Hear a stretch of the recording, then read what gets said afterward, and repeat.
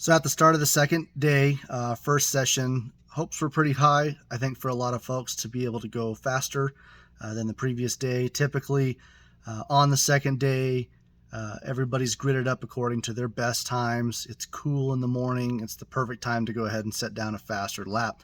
Unfortunately, by the end of that session, there was only a few of us in each respective class that was able to actually go faster than we had gone in the previous day. A lot of new folks had joined us just for the second day that were not in attendance on the first day. You'll see them on the timesheets here in a moment. As far as some things that happened, I know Rich Enriquez is having some issues with his vehicle, the white Supra. It appears that I think it's his rear diff or something is overheating, which is reducing power on turn-in. So he wasn't able to get into the sub twos on this first session. I myself had an accident. The rotor on my front driver's side actually sheared right off the hat. It happened coming through turn 10, and when I tried to apply the brakes coming in through turn 12 to go down the S's for the front straight, had no brakes. Didn't really seem dramatic on video. It wasn't really dramatic in real life, but I don't know, a little nerve-wracking to say the least. So went ahead and pulled off. Can hear some like wobbliness, and Kevin met me at the pits and said, hey, this rotor is no longer attached to the hat. Unfortunately for me, that ends my day. I don't have any spare rotors with me, so I won't be able to participate in the next session. I'll go ahead and cover the updated standings. There's a little bit of movement, and then we can move on to our next session. In Unlimited class, standings remain the same. The only individual that was able to go faster than their previous best time this weekend is Daryl Allman. In Max class, we have Jeffrey Tattersall and Michael Keltner have joined and jumping straight into 5th and 6th place. Kevin Durocher is able to run a 2-minute 10-second .1, and Chad Knight and Bethany Alvarez also improving on their previous best times. In Sport class, we see that Siraj has jumped up in the standings to 6th place, and Christopher Lothrop has improved on his best time as well. Lastly, in Sport class, newcomer Mark Legg absolutely sweeps the floor with everybody, running a 2-minute 2-second .692. Dean Welch is able to improve on his best time with a 2:09.914, which with his index time does edge out Trip Narrow at this point in time.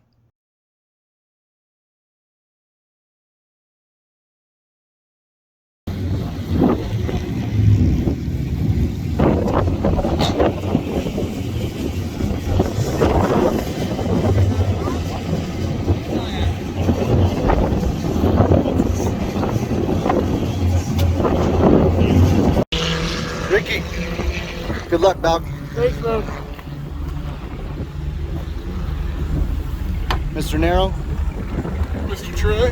205s.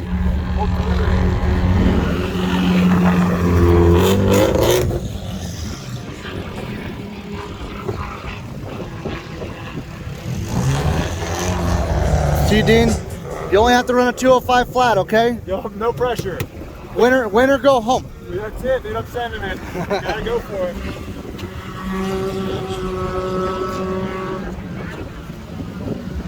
Mr. Logan, What's going on? good luck, sir. Thank you. Enjoy yourself. Chris Lathrop. Send it, buddy. I'll try.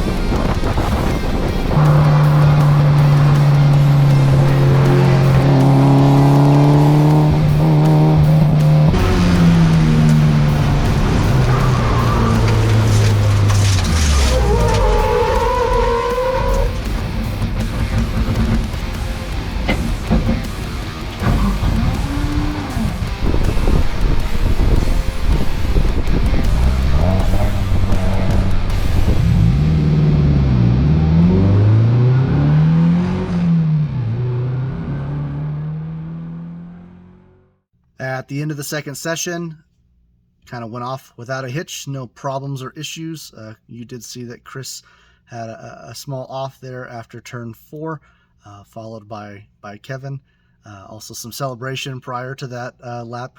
Kevin looks like he managed to meet his goals for the weekend with a new time. Most of the drama at the end of the second session was in the paddock. We had one of the road racer vehicles had caught on fire and had to pull their fire suppression system, and I myself had a follow-up failure. I decided to go ahead and put the vehicle on the trailer, and once I started up the STI, you can hear that the motor is now knocking. Wasn't doing that when the rotor failed the previous session, but with undoubtedly it is knocking at this point in time. So it looks like I've got a long rebuild in my future, and this car is not going to be back for a couple events. Our next session, though, is going to be a fun one. It's supposed to be kind of more mellow and less competitive. Typically, we don't get faster at the tail end of a day, especially when we're driving at like 4:45 in the afternoon when it's at, weather's at its peak as in terms of temperature. So to have a little more fun, we're going to go ahead and grid up in reverse fashion. So we'll have the folks with the slower times in front, and the folks with the fastest times will be in the back. The whole point of this isn't to stress anybody out. It's really just to teach driver awareness, safe passing, and just kind of dealing with a little bit of stress while you're on the track. If folks were uncomfortable, which we had a few that were, we went ahead and grid them up in the back anyway, so they didn't have to deal with, constant passing and stuff like that. But it does make for a really interesting video, so I hope you enjoy this last session here. For Unlimited class, after the second session, there is no changes in standings or improvement on times. For Max class, the only changes in position are from Kevin Durocher after running a 2 minute 8 second .753, Brooks Knight and Aaron Walker being the first time on track. Improvements in time from Michael Keltner and Jeffrey Tattershaw as well. In Tuner class, we have improvements from Jonathan, Siraj, Robin, and Reno. Otherwise, there is no movement in overall standings. Lastly, for Sport class, we see improvement from Mark Legg down to a 2 minute flat .4. Trip Narrow is able to leapfrog over Dean Welch, running a 206.553, which gives him about 0.8 seconds of index time over Dean. Randy Miller runs a faster time with a 215.772, and new driver Dan Spyrek shows up in his Mercedes running a 224.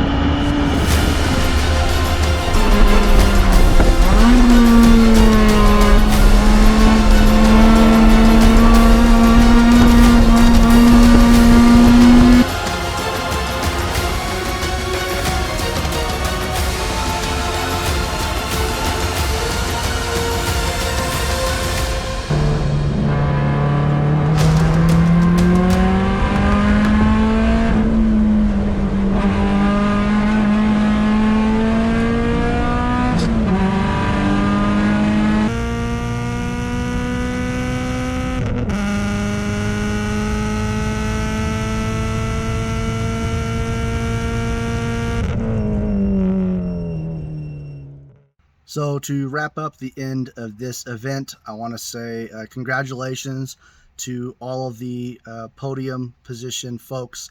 In Unlimited class, we have Daryl, Ryan, and Adam. In Max class, we have Trey, we have Nick, and we have Rich. For our tuner class, we have Sun, John, and Jeff. And then for sport class, we have Mark, Trip, and Dean. So congratulations, everybody, for a hard-fought weekend. I'm going to go ahead and post up the updated season standings after points get awarded for this particular event. And I want you all to stay tuned. Here in just a couple days, we're going to post another episode. We've already recorded it, and it's going to be kind of a breakdown on season points and how they're working, as well as the current standings and some predictions for each respective class on who we think might be the top 5 or so people. So stay tuned, and thanks for watching The Flying Lap.